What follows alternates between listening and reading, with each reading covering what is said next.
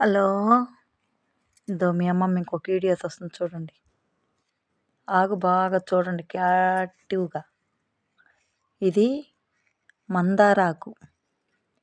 ఈ మందారాకుని ఈనులుగా తీయండి. ఈనులుగా ఈ ఆకుండే పుల్లలు తీసేయండి. తీసేసి ఈ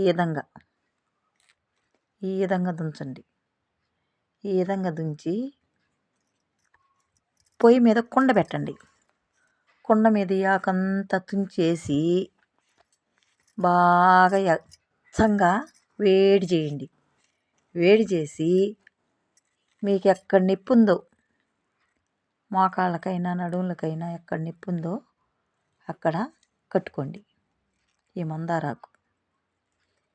ఒక వారానికంతా మీకు నొప్పి తగ్గిపోద్ది.